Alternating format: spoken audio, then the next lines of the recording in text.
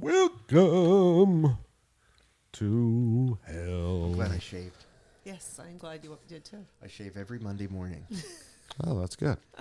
If you have a meeting with me on Friday, you think I'm homeless. But it's okay. So you look like me? You know what? I suffer from Eastern European Jewish facial hair problems, and then I get little tufts of things. But I grow like a Bob Dylan beard. It never comes in full. Gotcha. So I just look homeless, or like a guy with like a rare skin disease.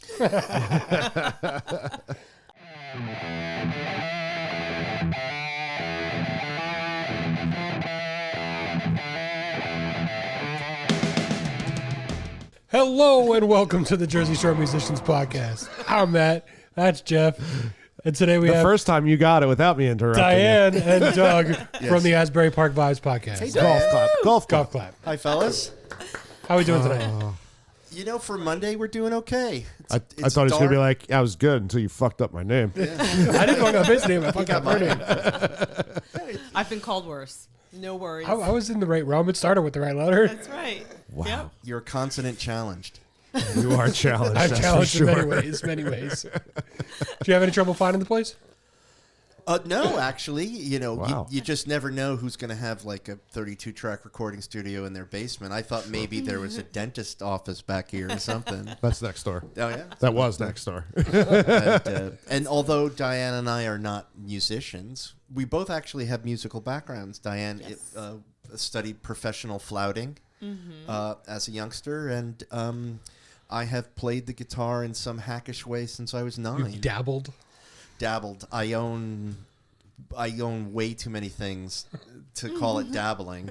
Okay. He dabbles, he noodles, he does all kinds of things. I'm a good noodler, but I've gotten to the point where my pedal board I can't even lift up anymore. So I may, That's a solid win. Well, I may have to just ship some stuff off to Adrian Ballou and Robert Fripp because there's just too much stuff on that board at this point. It's never too much.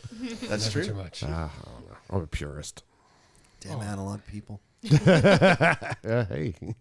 Well, like I said, we don't always have just musicians on here. It's anybody that has anything to do with music in general. And you guys, through your podcast and your photography, Yep. you are definitely very large supporters of music. So Absolutely. welcome. Yeah, thank you. Though I did shoot sumo wrestling in Jersey City last week. I so did. Sometimes you got That's to switch it cool. up, you know?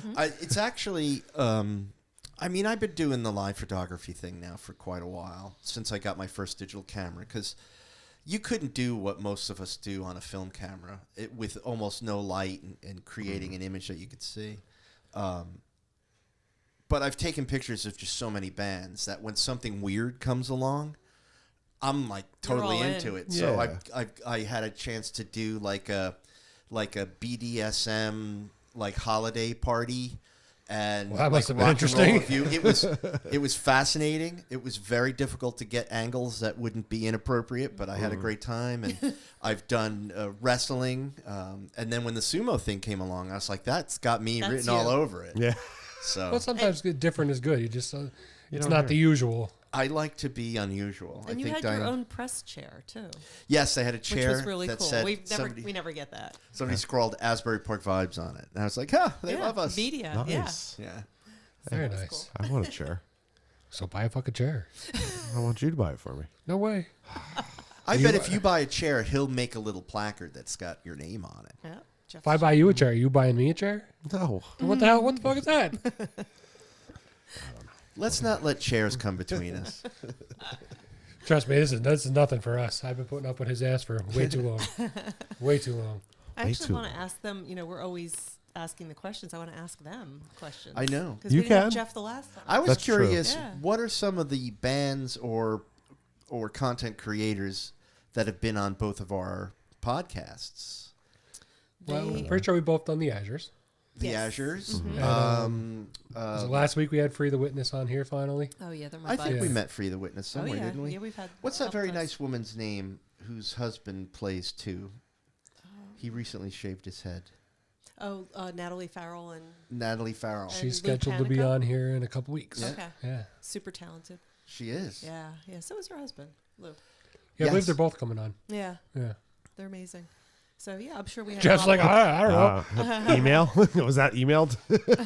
That might have been Instagram. Look in your Google okay. Calendar. Yeah, no, I'm not really but good. it's- That's how I know I have a podcast.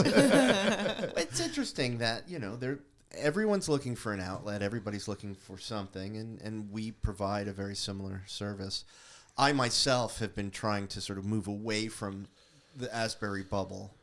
Diane and I were joking about it earlier. I mean, there's just so many times you could take pictures of the same 15 bands. Mm-hmm. And so it's nice to get out of Asbury Park and go to Jersey City or the Battery or Electric or do, bizarre shoots for other things. Well, as we had spoken on your podcast too, just Asbury in general, it literally is the same 15 bands over and over and over and over and over. It's become increasingly insular. Yeah, and when we first started Asbury Park Vibes, where it came from was the vibe. I mean, literally, there's a music vibe there that just really grabbed a hold of me.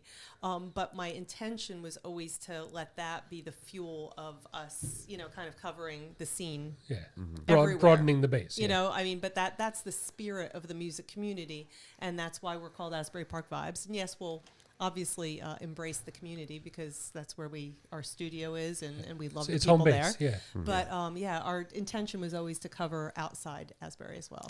So, okay, how long have you guys been doing Asbury Park Vibe for? Started like at the end of 2018. It was just before COVID became serious. Okay. So I didn't know who Diane was, and I don't know if she knew who I was. I didn't. I was standing in the Saint about 6 months before COVID hit. We were seeing a band, and I was chatting with a woman who I chat with all the time, who was taking pictures with her phone. And then she said, "Oh, Doug, I'm really excited. This woman named Diane from Asbury Park Vibes has invited me to take pictures for them." And my ego was so bruised that I'm standing there with like $9,000 worth of camera gear, and this person's taking pictures with her phone. I'm like, well, what about me? Mm-hmm. I did not know you. So the next day I looked her up and I wrote to her and I was like, "Hey, I'm me. You should essentially you should like me. Yeah.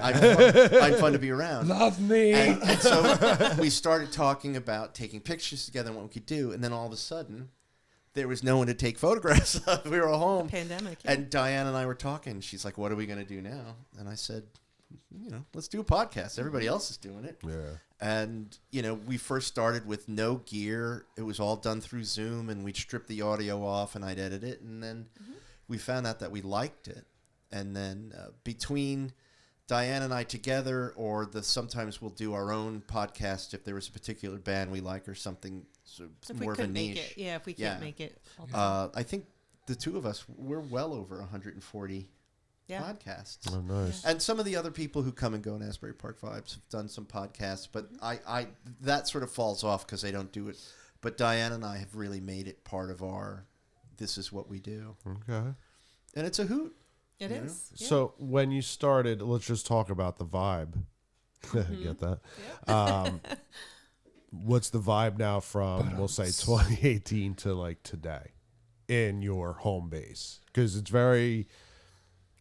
Okay, I'll say it was very musically like it's the place to go play and blah, blah, blah. And I've seen that before where then certain money comes in and certain money drowns out the things you don't want to see anymore. Like, have you seen a downward tick? Interesting, because we were just talking about this on the way here. Yes. I'm the one that asked the hard questions. There is a lot going on. And I would have to say, yes, I see, obviously with the gentrification and everything, it's causing a lot of problems.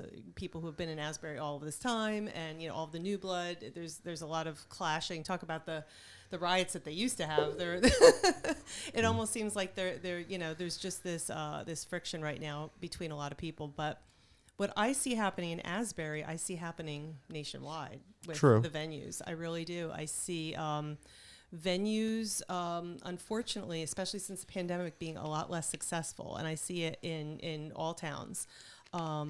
There's a difficulty in, I think people nowadays, they want experiences that they want to experience music, but they also want other experiences altogether. So as opposed to going to a venue, spending the night there to see 3 or 4 bands, having a couple of beers, I think people also or prefer now to, like, let's say, be at a restaurant where you can have all your friends, you're eating, you're listening to bands.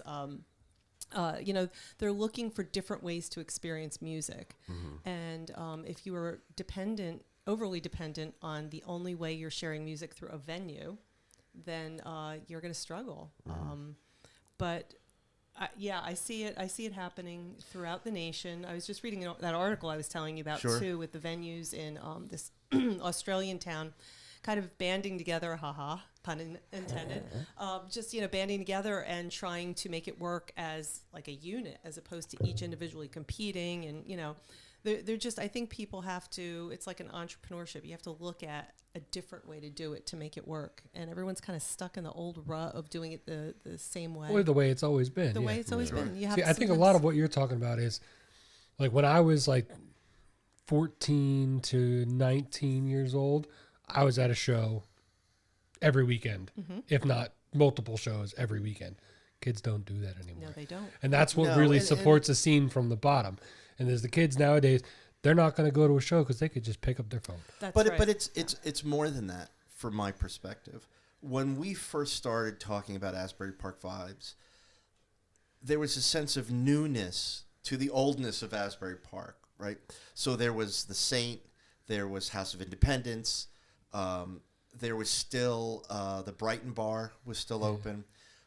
It seemed easier to break into, say, the Wonder Bar and get a gig if you were a new band. And even while Asbury Lanes was around, when Jen Hampton was running. The real Lanes, yeah. So it seemed easier for a band that's never made its first national tour to find a stop either at the Lanes or at the Saint. And then they would build up their name. And when they came around again, then they would go to, say, the Wonder Bar or something bigger. But back then, Asbury as a whole was very inclusive. Now it's very exclusive. I don't think it had as strong a bubble over it, right? Yeah. So I'm even saying genre-wise, different genres could play in Asbury. We'll come back to that because there's a newer venue that is taking the money out of Asbury with the young kids. So what I saw is after the pandemic and these places closed down, these venues, look, the truth is they may love music. We understand that. But they still have to make payroll. It's in the end, it's a business. You have to make money. Yeah. So in order to make money, particularly after the pandemic, now you see performances that get people to come out, like Taylor Swift night or, emo night Toronto or whatever. But that's not supporting original music. No, it's not. But it's making people money so they can keep the door open. The first time I had been to Salty's Beach Bar, before it became like this really like new place, I'd said to Diane, there's this place in Lake Como of all places. They've got a big stage with a great PA and lights, and they have this smaller sort of danky back room for the high school bands. That's going to take the place of places like the Saint. And so where that young money is, it's going to Salty's because they're bringing in those mid-level punk hardcore bands that people are still interested in. The ones that are excluded from Asbury Park. Because they're not going to bring in enough people to make it worth their while to go to the Wonder Bar. One of the things you loved about the Saint is you can get 25 people to show up and the place looked packed. And so there was an energy that you wouldn't get. So I see it more as just the economics of Asbury have changed and that people are just trying to keep their doors open. And some of that young money is going to Salty's Beach Bar because they're booking the bands that kids want to see. And money is a big factor in all of this too, with the ticket prices, the extra fees and everything. Yeah. So people, they save up their money for that one big concert that they want to go to, whether it's Motley Crue or Taylor Swift, but, they're going to save up their money, go to that one big concert and, they're not thinking of the local music scene. A lot of people don't. Because they have to put an extra mortgage on their house to go see Taylor Swift. Right. Yeah. And it's just, But I think post-pandemic, the economics changed where to stay afloat, you have to cater to a less inquisitive but wealthier population of people to come play at your house. But that is true. But even before the pandemic, it was crashing. Well before the pandemic. I would have to agree with that. How many years can it be new, right? How many... Look, I love the bands that play there, but there's just so many times you could see one of the 15 bands that are, and if I don't catch them today at one venue, I know that in the summer they're going to be playing for free in some other venue. Yeah. So I think the draw to Asbury is still exciting, but I think there's less variety of the kind of thing that you're looking for. Yeah. Look, if you want to see a cover band, take your gummies, swill back a couple of Bud Tallnecks.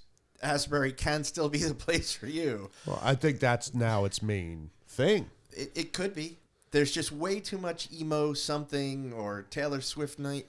But Bingo. It's weird though, because like when you mention the old Asbury, you say House of Independence, but to me, House of Independence is New Asbury. Yeah, that is doesn't no exist. way. I would, no way old I would Asbury. agree it's New Asbury, but for about the first half of their existence, they catered to very odd acts and very new acts and bands. Look, the tradition of Asbury in the history of music was that if you had a gig in Philadelphia or you had a gig in New York, there's limits of how close you can play to those. Yeah, it was like a cities, halfway point. Yeah, right. So Asbury was always that halfway point for the up and coming bands, for the bigger bands. I mean, you see in 1969, Led Zeppelin, everybody's playing at the convention hall, right?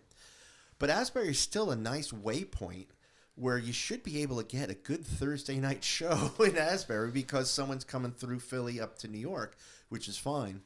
But I from my perspective, it still comes back that when Asbury rehatched itself and House of Independence, they had luchador wrestling, they had hardcore bands. I mean, they had such a nice variety of music that post-COVID, it shifted to we need to make enough money to keep the doors open. Yeah. And then it flooded, and now it's gone. Where they didn't make enough money to keep the doors open. I heard that was a pretty bill for that one. I would imagine if you build a venue where your main hall is 50 feet below ground level, that would be something you'd be concerned about. But right on the water. It's potentially problematic. I'm outside of my area of expertise. Yes, we are great not PA construction. system, great light system. I loved it there. Oh, it was a cool venue. Yeah. I found the management, for the most part, was very easy to deal with. Getting passes for about the first half of the time that it was open was very easy to deal with. And it was friendly. And the security guards were decent people. You get to know them. They were all very nice. But that model has changed. Now, if you want to go see a band that's going to do a track-for-track replay of Amy, who's that singer who drank herself to death? Winehouse. Yeah. If you want to see like the best of Amy Winehouse in a big theatrical production, you could still do that. That falls a little outside of my general interest. I like the newer, younger bands that... Look, I'm going to be 60 this year, but I still like being challenged by new, younger bands. But the possibility of seeing Drug Church or... what were some of the other newer bands? Say something like that. I think this band, Drug Church, is fantastic. There's nowhere in Asbury where they're going to draw enough people to make it the worthwhile to book them at a show. Yeah. Yeah, well, the problem is at this point, especially in Asbury, the way it's become is it would take a while to cultivate a scene to support that. It would have to be allowed on a regular basis. But that's what I'm saying. And it'd have to be like a push behind it to make it happen. But years ago, a band like that would play The Saint once or twice, build up a bit of a name, then they could headline The Saint and bring in 50 people and make it worth their while. And then 2 months later, they could open for a larger national touring act at one of those other places. I also think there's also a pretty big liability with some of the music and people, getting hurt at shows or stage diving. I've heard Insurance plays a big thing in it, now. yeah. Is serious. I was at a show in Jersey City 3 weeks ago. Who did I go see? Oh my gosh, you're always somewhere. Whoever I saw, but I shouldn't have been. Look, I'm too old to be up front. But where are you going to get the pictures? Yeah. You got The cold concussion and the whiplash. Oh, wow. I was in pain for about 2 weeks after the show. Wow. But I did it to myself.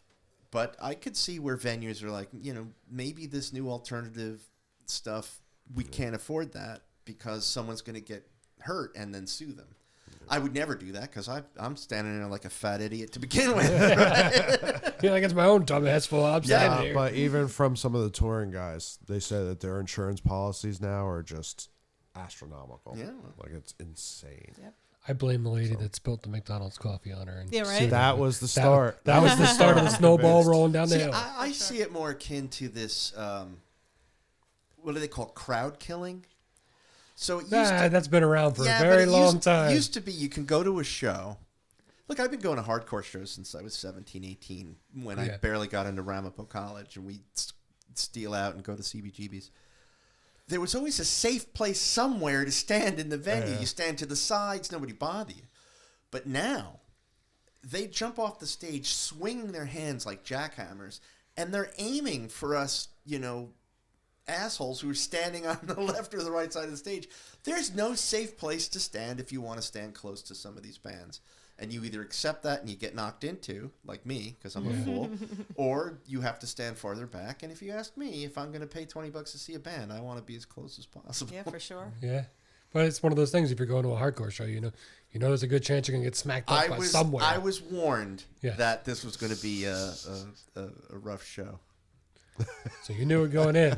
I was happy that none of the sumo wrestlers fell on me. One fell close to me. Oh, wow. That must have been something. That must have been something. I was disappointed. They weren't as sumo-ish as I'd hoped. Okay. Though I can say, in all honesty, some of them might consider seeing, some extra grooming down there, because there are parts of people I've seen that I cannot unsee. Hence why Paint that picture. Yeah. I don't take those pictures. We'll be right back after this moment. Oh, man. I know. It's like, shake it off, shake it off. I'm going to have nightmares tonight. It's all part of the experience. But I think a really blossoming music scene is Brooklyn. Okay. Brooklyn's always had a really pretty good hot. scene, yeah. I mean, they're very, very welcoming. I'm actually approaching the venues now. I mean, I took pictures all of these years. I know I always get yelled at for not talking into my mic by him. You did all right. Don't worry. You do. Dawn, you're doing good. We're the ones that'll yell at you for that this time. Please do. But I'm looking at it from a different perspective now, as opposed to getting the press pass for photography. Now I'm approaching the venues because I manage a band and trying to book them, get them bookings. And let me tell you, Brooklyn is very welcoming. All genres, lots of great venues. There's so many venues. Oh there, my too. gosh, you can't throw a rock and not hit 5 of them just standing in one spot. But yeah, very welcoming. I mean, you wouldn't think that the band that I manage, the Break Plains, pop punk, alt rock, right? Okay. It's not really necessarily a genre that's embraced anywhere around here, But I'm always getting callbacks from Brooklyn venues, which is interesting. Maybe See, we I should just move hate to driving Brooklyn. in the city. I can't stand it. Well, I okay, can't stand talk it. about, you were just talking about I guess kind of lazy people who don't want to come out. They'd rather just watch the music on their phone, right? Well, when you're trying to sell tickets, you've been in a band and you know what it's like to try to sell your 30, 50 tickets or whatever. People don't want to go out to the city. And you don't know people. You don't yet. You're a young band. You're growing. You don't have a huge fan base. Yeah, in you Brooklyn, don't have a local right? base to pull from. Yeah. Yeah. So But you're Brooklyn's begging even people worse to than go. just the city, because I can take a bus to the city. That's and true. get Brooklyn, It's from a where I project. live, it's a minimum That's true. of 2 hours to get to Baby's All Right or the TVI. Some of the places I've So been I to. get that. So it's tough because here's a welcoming music scene, but it's just hard for us to even play there. Yeah, I think we're gonna have get to our- move. I think so too. Yeah. Didn't So you it's guys gonna be just the say something about not Brooklyn moving? Brooklyn Vibe podcast. No, I can't compete with Brooklyn vegans. So. No. But you know what? I would order veal if we hung out with them. Would you? Yeah. Okay. Just a I proof think that point. they would. Because I don't think 'cause- they'd talk to us. We're too small potatoes. I've written to them I know. about You want to leave help me? me make but just like What's the hey, leave I APV? have enough talent to be famous in a few different I venues. know. Never Take me with you. never heard back from them. Like, who the hell is this guy? Pretty much. Maybe Well, one day. you think there's enough, Well, Doug has cover won, bands. You've won some awards lately for your photography. Yeah, but that, Yes. that also requires me Tell them about it. sending. Yeah, I want to know about this. Where does on. one get Um, such accolades? He entered his photographs. I tend to read more of the art shithead. I come from a fine art background. One of my many master's degrees was in fine art, photography, and video. So there's a magazine called Black and White Magazine that a few years ago, they had a thing about best live action shot, and I won some award for that. And just recently it was just like your best, one-off photo. So one of my pictures will be featured in some magazine that I'm gonna have to cough up $15. That's pretty awesome, though. That is awesome. Well, we're go pat in yourself on the the back. presence of royalty. See that? Yes, I like it. Yes. See, You've are accomplished famous. more than us. There you go. That's right. You know Me what? too. I firmly believe that any magazine that would show my picture as a good example of black and white skill is a magazine I don't think I want to be associated with. I wonder. His photographs are excellent. When this happens, I'm He's like, very I wonder if there was a self-deprecating. problem with the mail system. They didn't get enough entries. What happened? Shit, these guys are desperate. Damn, I should have said this one instead. The only awards we get are being old and grumpy. Yeah. If I had a printer, just I'd told give you an that. award. I was just told that. Thank you. And not that I fight with myself all the time. I have my own issues. But I recently published a book, and you could buy it at drescherbook.com. Okay. So, and it's all pictures of. I tried to take more like it's called self-portrait, but it's informal portraits of people at shows that don't know that they're getting their portrait taken and what their faces look I like. have to If say, you send me that link in a message, I will put it I will in absolutely the do description that. of this video. thank you. Yes. Yeah, I have to say that's one of his greatest talents. He has many of them, but to capture and again, this is why we all love music, right? That feeling, that vibe that you have, that energy, and he captures. We concert photographers are always on the band, but he always takes the time to look at the audience. Oh, and the audience capture is that. infinitely more interesting Yep, than some of the capture- bands. And his pictures are phenomenal of that. I think you get the best pictures of someone when they don't know their pictures being taken. Well, that's why especially it's in a music. self-portrait, Yeah. but it's unknowing. So, and look, while we're accolading, let me suggest that Diane's color photography is spot on. She could be in any rock and roll magazine in a heartbeat, except for the fact that everybody's got a camera and everybody's got a phone and everybody's got a friend who works in the business, and most people really don't care about the picture as long as there's some sort of sketchy image, That's true. Yeah. You should be in Rolling Stone before me. Oh, I don't think that'll ever happen. I think you have a good chance. You know what we could do? Why don't we walk into Rolling Stone together? Okay. I'll get myself thrown out. Just and do a they'll little think- sit-in. They'll think you're the more reasonable of the Okay. two. All right. Sounds good. Let's go for it. He's throwing himself After on we- the sword for you. After we have a few gummies, though. Though when Cream Magazine resurrected, and they were like, this is going to be the edgy thing. I'm like, oh man, I was made. To be edgy. I sent them a ton of stuff. I never heard back from anybody. That's So- no different than bands just sending in demos trying to get signed. Yeah. Which I don't even think they do anymore. No, it's all like not electronics worth it. press kits. So you just send them an email. PKs. Yeah, No, with they like just- links to certain things. That's it. Yeah. Nobody gives And a this way, shit. it's even easier to just be like, delete. I never saw For this. sure. Speaking of, a lot of email, do you get a lot of requests for your podcast? I don't know. Oh. No, do people... At least he's No, on I, Are it. they I really reaching don't out? know. You I don't have no know? idea. I don't think he sits behind the mechanics of the way things work here. Do I look like that type Well, of person? let's dive into this podcast real quick. Jeff shows up.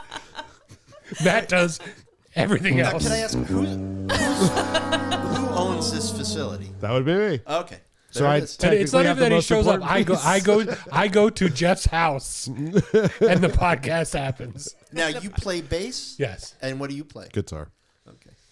Yeah, Everybody's a guitar player. Yeah, no, it's annoying. Strat, that's all right. Strat or Les Paul? Les Paul. Too damn heavy. that Right guitar. now, I'm noticing that now, 20 years later. I owned a Les Paul. You got a for few telly years. too. Yeah, that's like a backup, like beater. But the problem with both those guitars is you get a bruise on your forearm, because on the Strat, it's beveled. Oh, yeah. But that Les Paul, I would get a bruise on my forearm. I owned a telly for a while. It's just too much work to play. Telly's a different animal. That's why, but whatever. Yeah, that is what it is. Nobody wants to see me play anymore. Too It's old. true. It is true. Never too old. Oh. I wish, Yeah, I we're wish at the that point was where we true. just make music for ourselves, Well, these days before I practice or play, like 2 hours earlier, I have to take extra strength Advil because my hands hurt all because the they're time. gonna hurt. All the pieces I are got the breaking arthritis. off. Well, it's funny enough because I ever since COVID, I took up golf.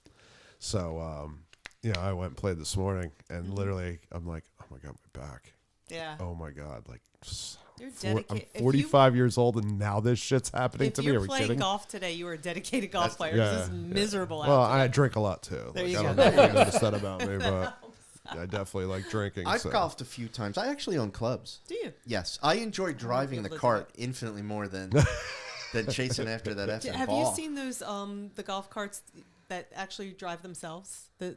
No. Really? It's so cool. It's like remote control, so you could put your clubs in it, and you just like you walk. It's, Oh, no. You know, Oh, and yeah, then yeah, It it's just the kinda little like, cart, yeah. Oh, it's like Not it's the- R2 not the T. act- It's yeah.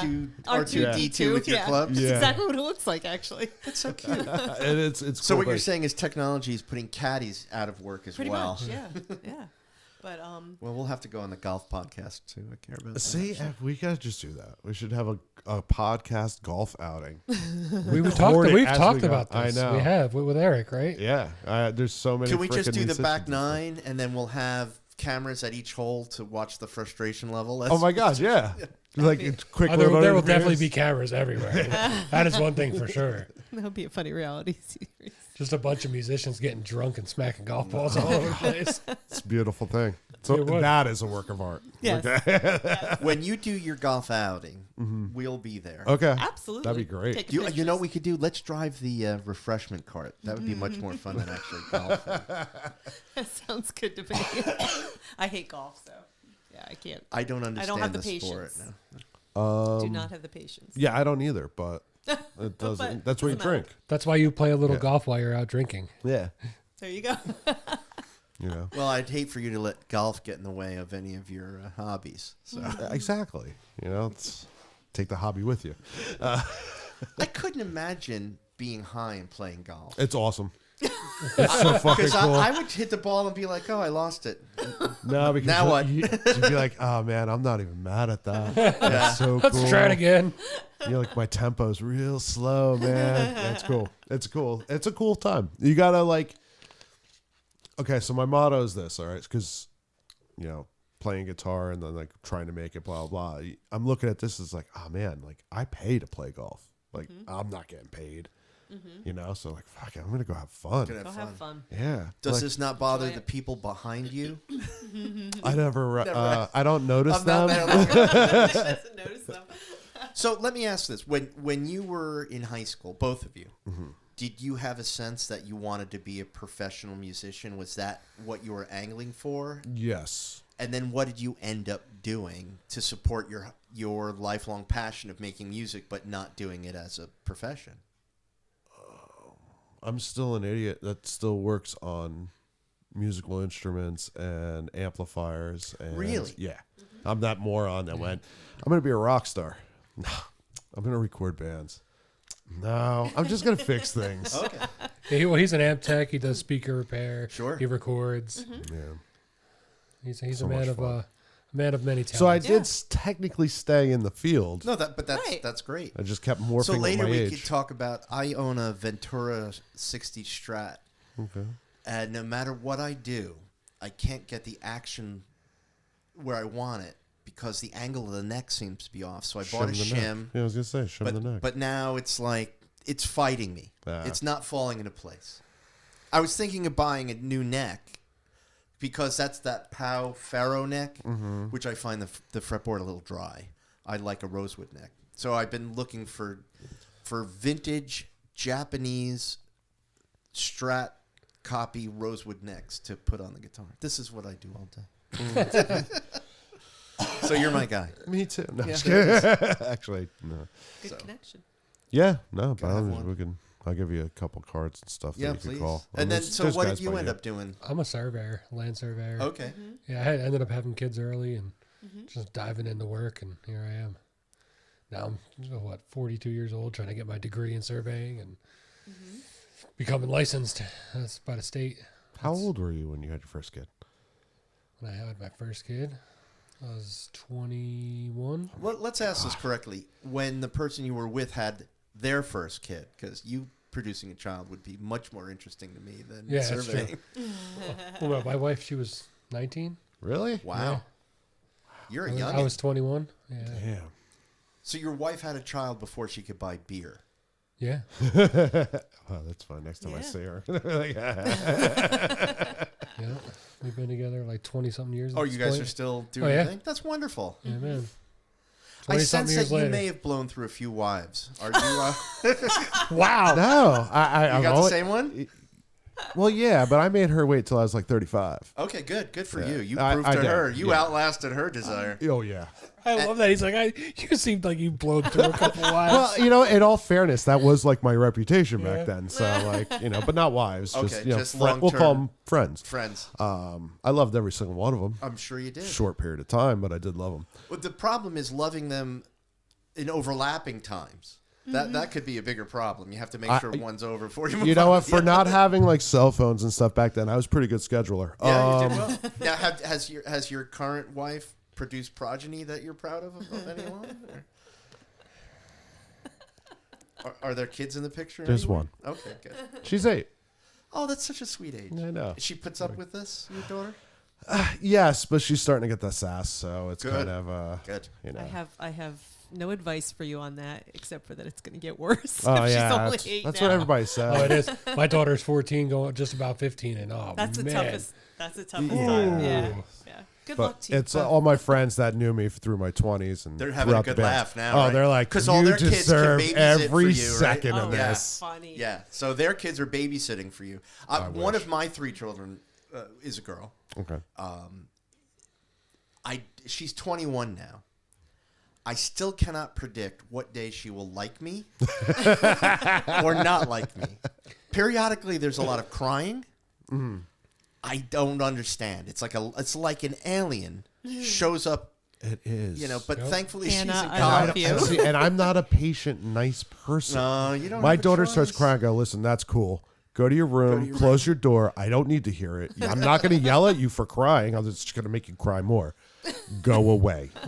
Well, you're also getting to the age, and far be it from me to make an attempt not to be graphic, but she is going to hate you for at least 4 days out of every 28 days cycle. Well, it's like my daughter. Some days she's my best friend, and some days she's my mortal enemy. No, I have to say, my daughter and I are very close, but once in a while, I don't understand the moodiness involved in daughtering.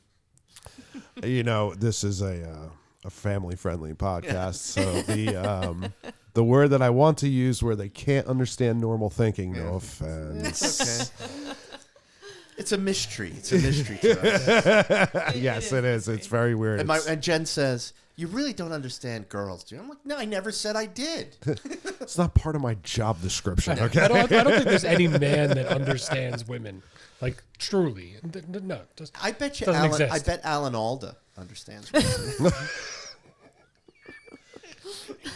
Alan Alda, huh? there's a vintage name out of the past. This is why it's fun to you never know what's coming out of his mouth when I do a podcast with But him.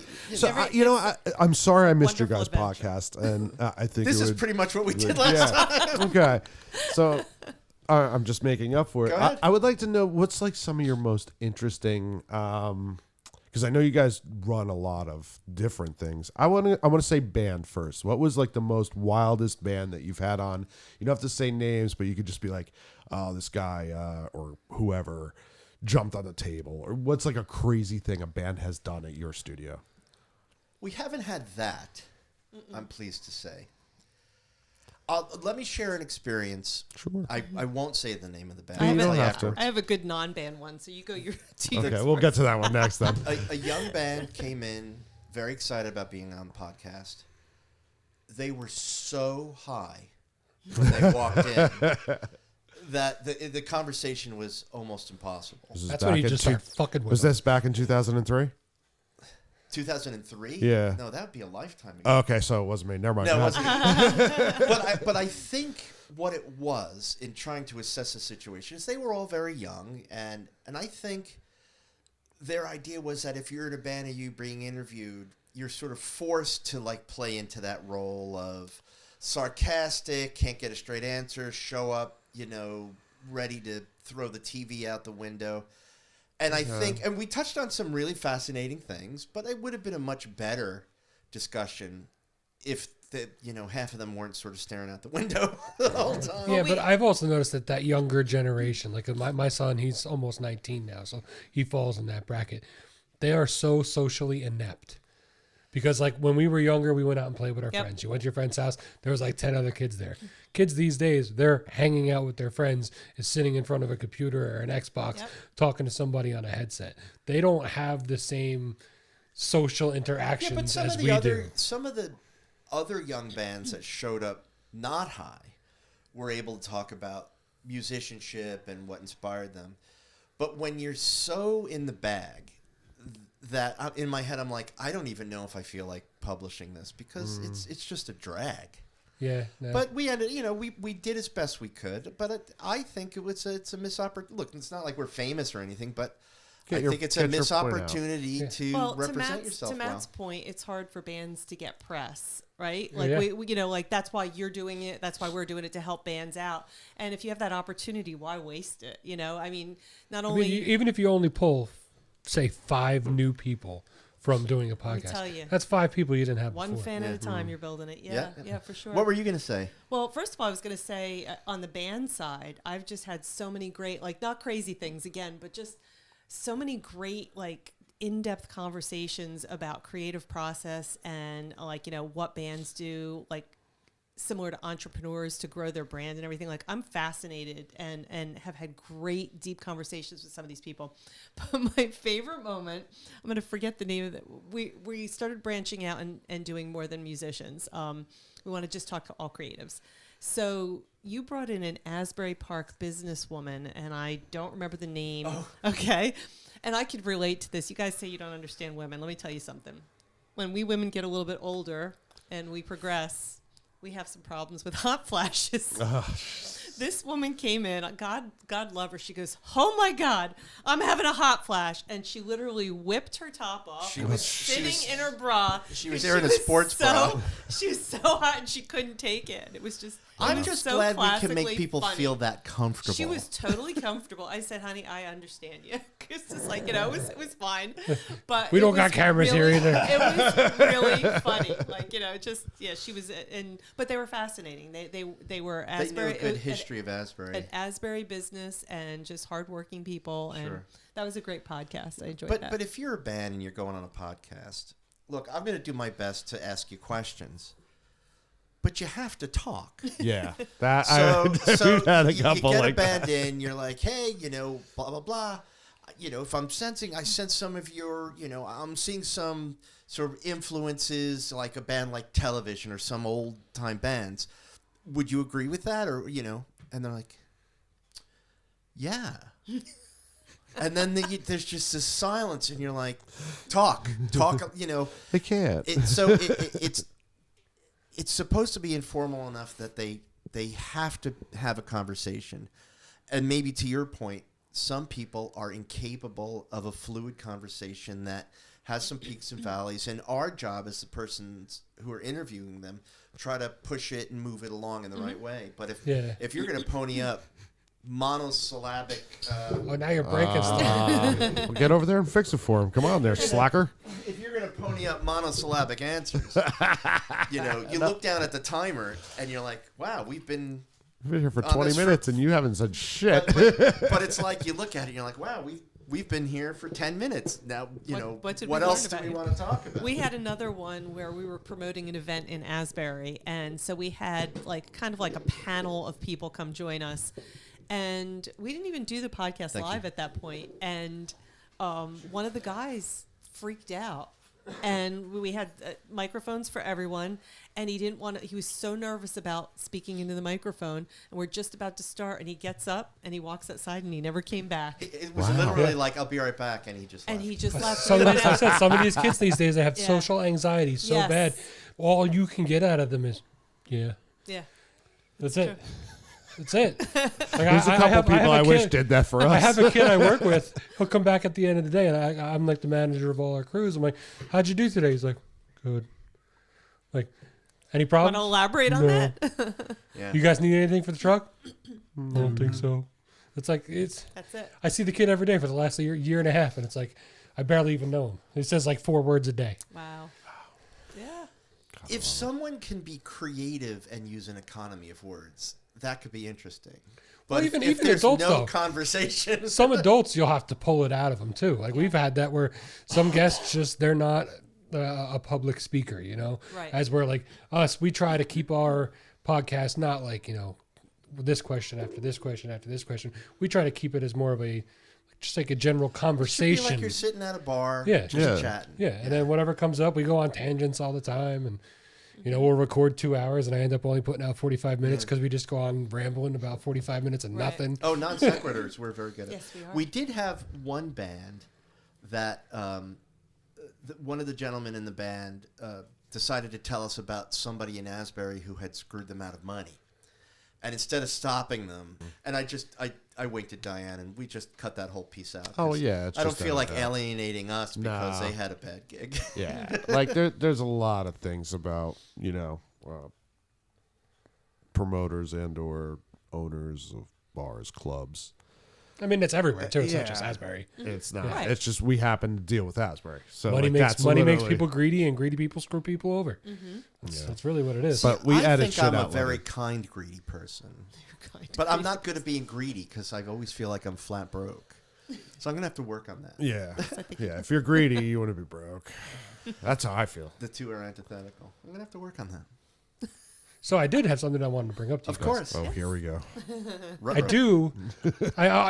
If you guys have probably seen it. Like I am always trying to network. Like I'm always talking to people, trying to spread myself around. And I have a possible venue to do a show in southern Monmouth County. And that's a little north of our normal range. If we do, potentially do something there, would you guys like to collaborate with us? And Of course. we could, Love we it. could, the two podcasts come as one and put the show together. I would love it. As long as it's not like a pro-Nazi, Oh, Uber Alice band that you've gone nutty about. Damn it. Damn it. See, I don't even tell you about these I things. know. And you expect me just to follow like a dog. Well, no, most of the time it's like, That's I why got this. sometimes I just don't show up. This is mine and Jeff's conversation. Jeff, I just did all this work and I got us this. He writes back, okay. Cool. Cool.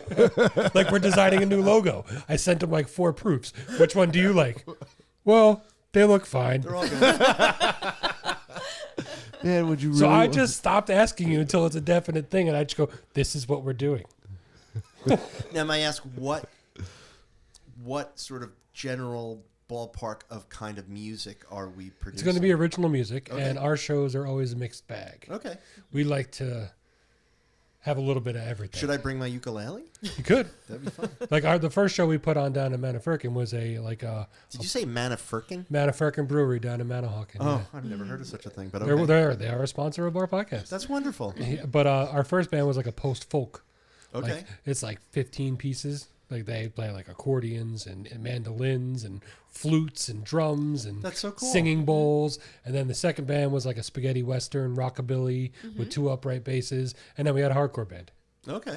And it went off without See, a I hitch. love Without shows a like that. hitch. I Yeah. love shows I that like- have variety. Anything that's a little off the beaten path. Yeah, and I'm everybody fine with. stayed for everybody, and everybody they just dug it. You let us know, and we can cross pollinate and have them on both of our podcasts, there you and go. then we'll hang a Well, flag. up. let me rephrase that. You let all of us know. I just let you know. At the same time, I let them know. Yeah, I know. It's like breaking news. Jeez. Does he have to Well- tell you what to wear when you guys go out on the weekend too? Is he Yeah, collared is- shirt, yeah. hoodie, okay, that It's kind like, of thing? no, you can't do that. Though he fucked up because we did a live. Or no, not live. We did the. What was the? I wore a Giants jersey and it was in Philadelphia. Philadelphia? Eagle. Yeah, it's just like We were what down in the- Manahawkin at the park they have on Manahawkin Lake, and they had a whole. It was called Manahopkin, and it was a beer and music festival. And he shows up with a Giants jersey on, and that's Philly territory. It is. So we're walking around Supposed to getting go there. Still in New interviews, Jersey. and all you hear is "Go Birds!" Yeah. Nobody threw a D battery at you? No, Like, and I actually all No the John interviewing I did, I was like, all right, who's gonna punch me in the face? Just get it over with. But actually, for us, we've talked about that it would be fun to put a show on. And we inquired and got a little nervous about how much we'd actually have to lay out in the whole process. But we'd love to tag along with you to see how you do it, because this is the kind of thing that we'd love to do too. It would be great for us as Asbury Park Vibes to put on like a new music, like 4 times a year, just have like a big gig somewhere. Yep. Yeah. Absolutely. But now with some of the venues not being there that we would have liked, we would potentially have to pony up a boatload more money. Yeah. But we're open. So really, the picture thing is your guys' main.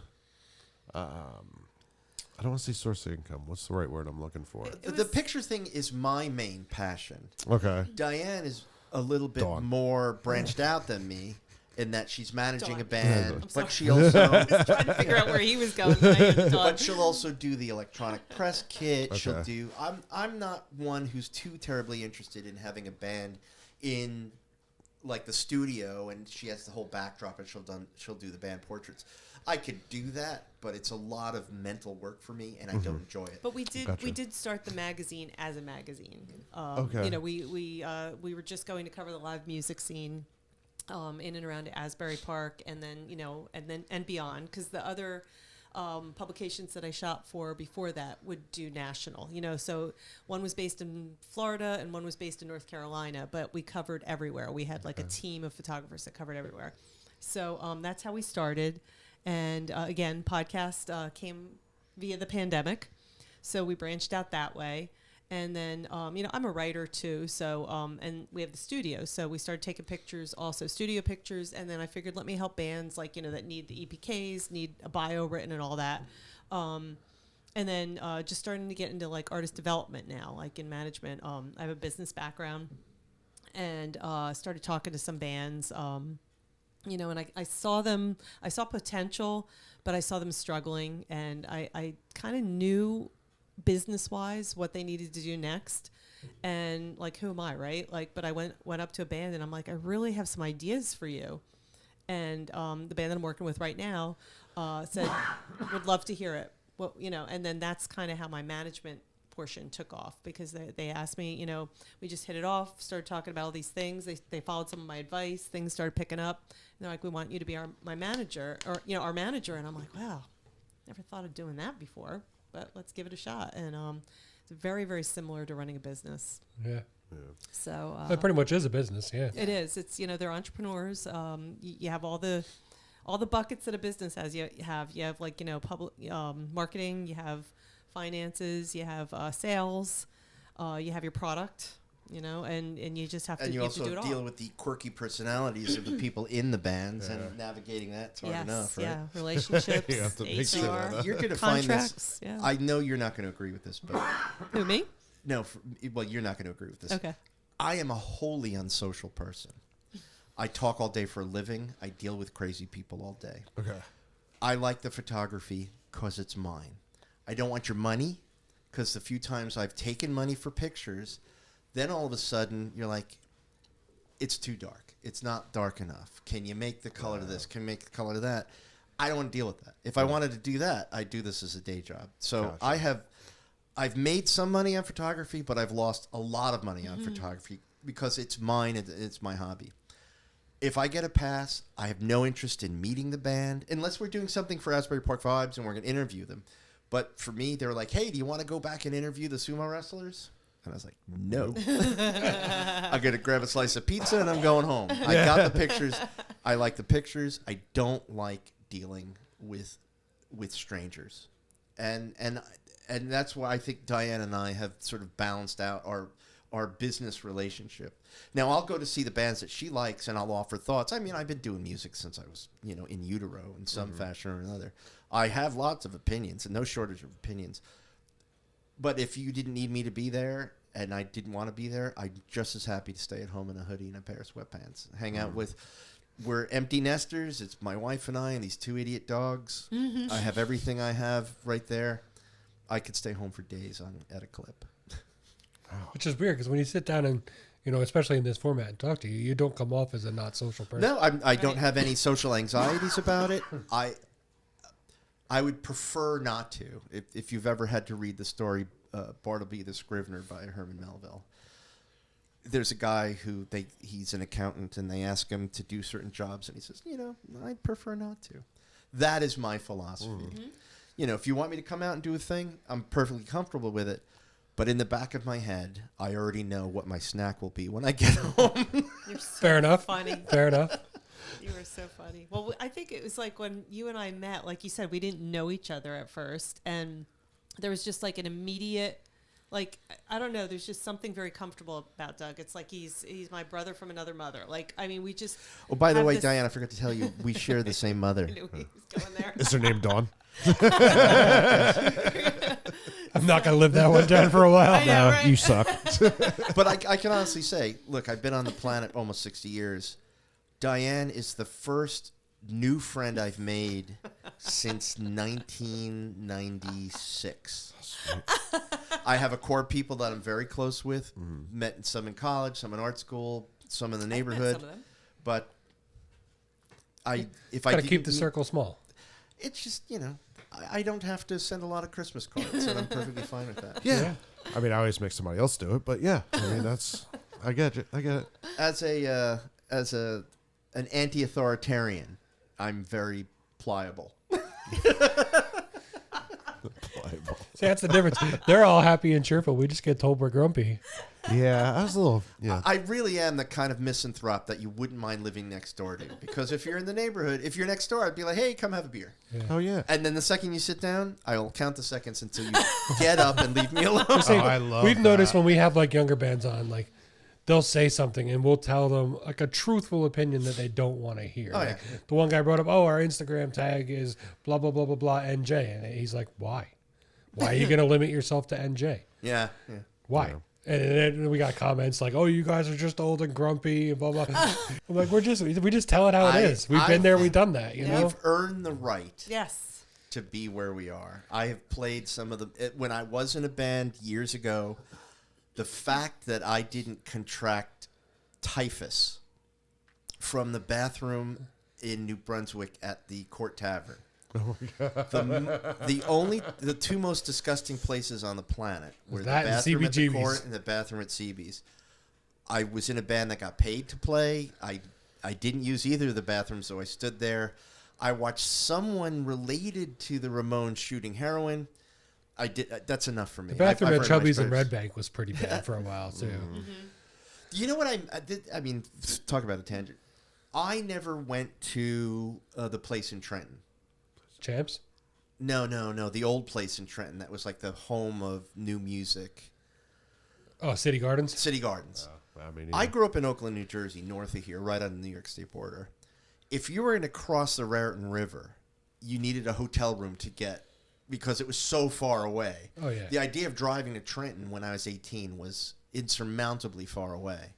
I would have loved to have been part of that scene because what's weird for me is so many people from the City Gardens Trenton scene landed in Asbury. Somebody like Jim Norton, the sound guy and manager of House of Independence, was the sound guy, if I'm not mistaken, in City Gardens when he was much younger. A lot of the bands that played City Gardens, Television, punk bands, Butthole Surfers. The most famous was the bartender at City Gardens. And now he's going to Jon be on Stewart. TV ago, yeah. But that, New Brunswick to me was the edge of going anywhere in one drive. And then in looking back, I would have liked to have gone to City Gardens. It sounded like a wonderfully for disgusting me, I live place. about 15 minutes south of here, so my top going north was like Birch Hill, so like Old Bridge. And I went to City Gardens a couple times. Did back you? in the day. From Trenton. That's right. Yeah. Who did you see? Oh my God! I knew you were going to ask me that. I don't I'm know. hard pressed that you were at a Butthole Surfers show where they set the cymbals on fire. That I would remember. No, I don't remember much, but I would remember that. I went to a lot of punk shows actually. Yeah. I don't think your goody two shoes are as bright and clean as you think they are. Oh, I know I they're think not. you are a wild one. I hide things well. I was about to say Always she's be- hiding it very well. Yeah, she Then does very well. Always be careful the quiet ones. We'll That's get her always liquored up and have her tell stories. there you The go. vault opens. yeah, That's true. everybody's faces Then we get the melt real, off. the like, real, oh, the real shit. side of her. All right. Well, before we wrap this up, we just want to give a shout out to our sponsors: Low Fidelic Records, Main Street in Belmar, New Jersey, and Manafurkin Brewery down in Manahawkin on East Bay Avenue. Is vinyl? Why are you staring is at me? vinyl Because I don't making like that that you much don't of a tell me comeback? Is Is it? vinyl a big thing again? Yeah, it's making a comeback. Does it yeah. make any sense to you whatsoever? No, because they're still fucking doing it through a computer. It's a goddamn record player with a USB. How fucking analog is that? Yeah, I mean, if you're getting a true record and you play it through like a an actual record player on a real system, it does sound slightly warmer.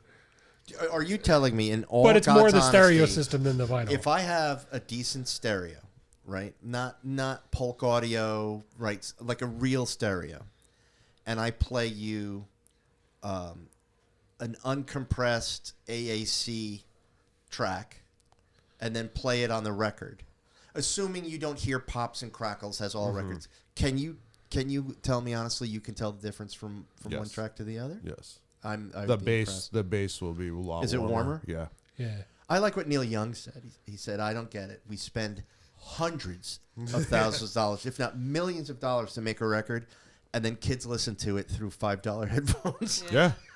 Yeah. Or just through their phone where it's like this little speaker is going to make it sound Yeah. great. No, man. I gave all of my vinyl to my kids. My kids have the record player. I know they don't treat their musicians well, but I got to tell you, Spotify It's the knows devil. me. I'm gonna. I know that their business model leaves a whole lot to be desired, but I've been introduced to more bands through Spotify than I don't think I would have ever been able to come across without Spotify. And bands that I have then contacted and said, when you're through New York, I'd love to take your picture, and I got a chance. I mean, if I thought about it, I could give you 10 bands that I love now Because that of Spotify said, hey, dummy, you may like this record. And I'm staring at the screen. I'm like, holy shit, how did it know that I was going to like that track? Our band's on Spotify, That's not what I'm talking about. just not our podcast. Our podcast is not on Spotify. Why not? Because Exactly. it's on every single other avenue except Spotify. Oh, you do this as a choice. Yeah. Oh, well, you enjoy that. I remember you telling. Thank yeah, you. See? Exactly. Yeah. Why not stop your podcast from being broadcast on the #1 aggregator of podcasts? To prove a point. Actually, I want to be the martyr. Fuck them. You I think stupid Apple is fuck. bigger with podcasts, so. Yes, they are. Yeah, they are. Yeah. But I got to tell you, I'll crack eventually and throw it on there. Spotify does a better job. I ended up having Apple Music because, I've got 5 kids. We're all on the same plan, and everybody wants so. But I think whoever are the masters of figuring out who I am does a much better job on Spotify than Apple. No, see, I think Apple Music just takes longer for it to learn you. Okay. Because like my Apple Music throws me stuff all the time that just blows my mind. But it took a while of like picking through things. So and stuff. what's one band that you would have never heard of if it wasn't for one of these algorithms to say to you, you might like this? Like probably one of my favorite bands right now is I talked on your podcast about it. The band Go Zoo out of Boston. Okay. Never heard of them.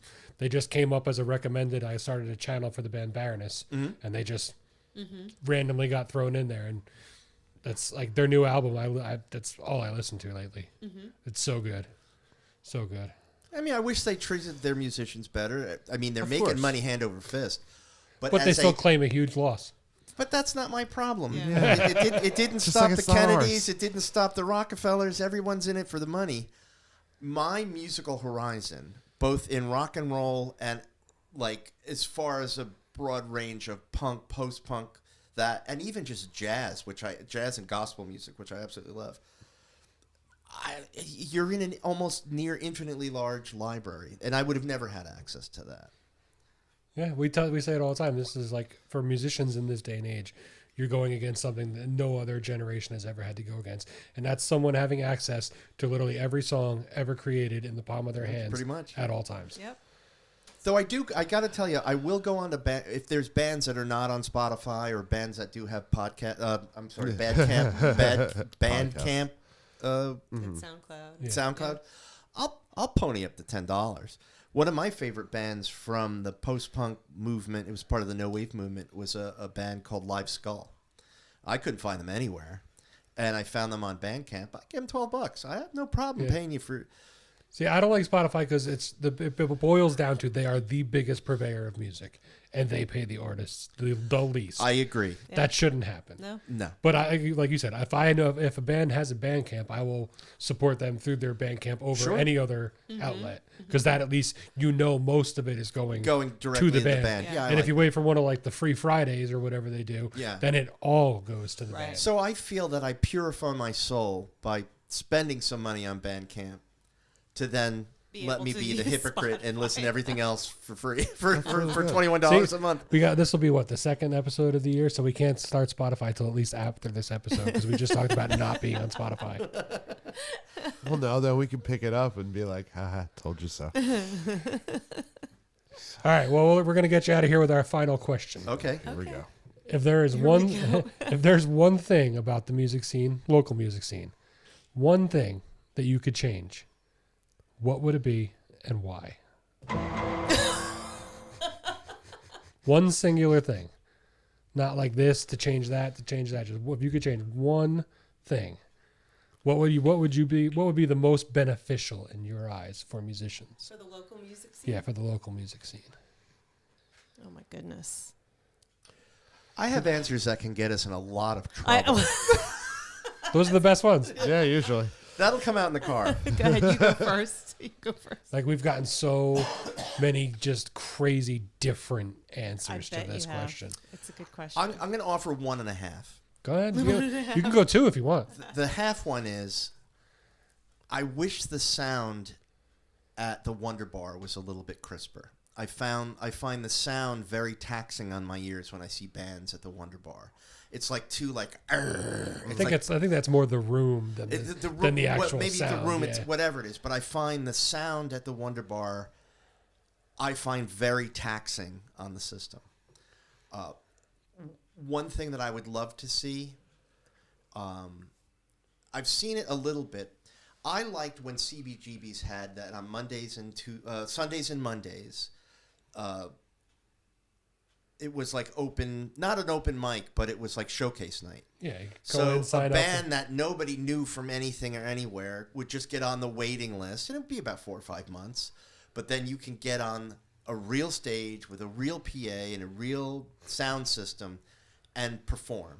Because no matter how much you rehearse, until you stand on stage and you have to deal with the fact that you really can't hear anyone else playing, that it's so much different an experience.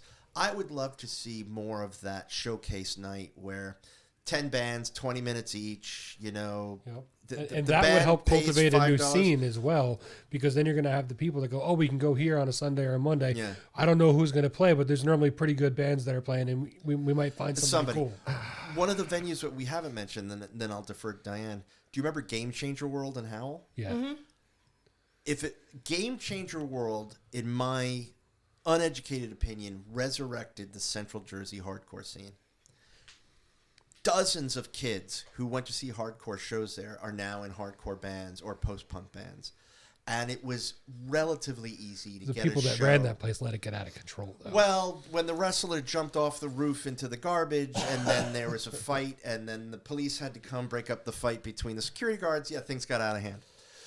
But that aside, That's mismanagement, yeah. I would love for there to be an easier way for an unknown band just to get that, without having to join like that kids rock and roll show thing where you pay top dollar. I mean, if parents can afford it and kids do, it's a great experience.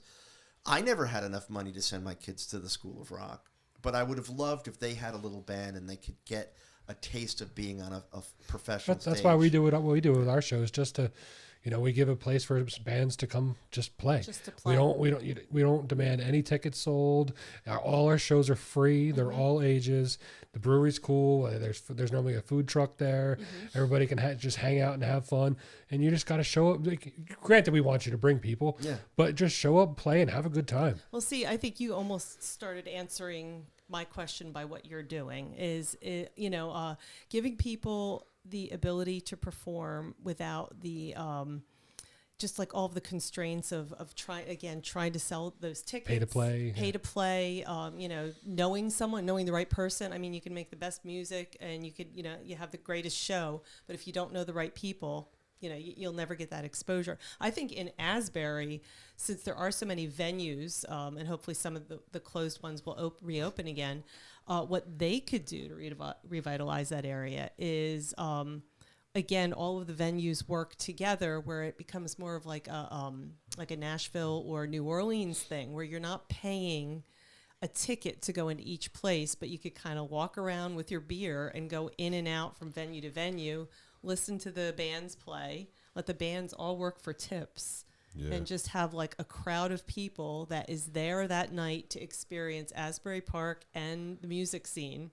And you're going to just have an overflow of people, because people, again, like you said, your shows are free, and you said you have food trucks. See, people want different things to do. They don't just want to go in the one venue, stay there all night. They want to have mobility. They want a food truck. They want to have dinner with their friends. So I think that would change. I think looking at the concert in a completely different way, the way you're starting to do, is how more bands will get a chance and more exposure. But you also have to be inclusive. You have to, let all different genres play. For sure. You can't pigeonhole yourself Absolutely. into, if you're not this mold, Right. you don't play here. And that's the error of doing things the old way. It's not working anymore. We see it. Yeah. Keep hitting your table. Don't break the studio. You broke But along the same, again with Asbury, for a while it seemed like that it was catering to early 20 white men in bands. And I think they had to come to terms with the fact that there's a whole lot of other music going on, and part of the growth of Asbury was listening to the music that was across the street. And so they've been bringing in more rap. I'd love for Asbury to bring back some of the jazz that they were known for pre-Riot. Well, to me, Asbury was better if you made a wrong turn on Cookman, you'd see 4 homeless guys around a burning barrel in the middle of the street. Like, Which we met one of them. Yes. They was on this podcast. That was cool. But, that was when Asbury was great. Like, when you left the venue, you kind of had to fear for your life a little bit. But the music scene was amazing. I don't and know if I would afterwards, agree you with could go to that. a diner all night. You can't even find Yeah, a you diner can't that's find open after a show. Nowhere to go for cheese fries. I think COVID kind of killed It that did. thing. It So did. there's no 24 Well, hour. White Castle's still open 24 There hours. you go. Yeah, but that's not a diner. Like when No. you go and you sit. want a There's diner. But White stands and Castle stuff might be the everywhere. greatest drunk 2 a.m. food ever. Yeah, but there was nothing better than we would go into the city to see a show. In New York, the bars and venues were open until 4 a.m. Yeah.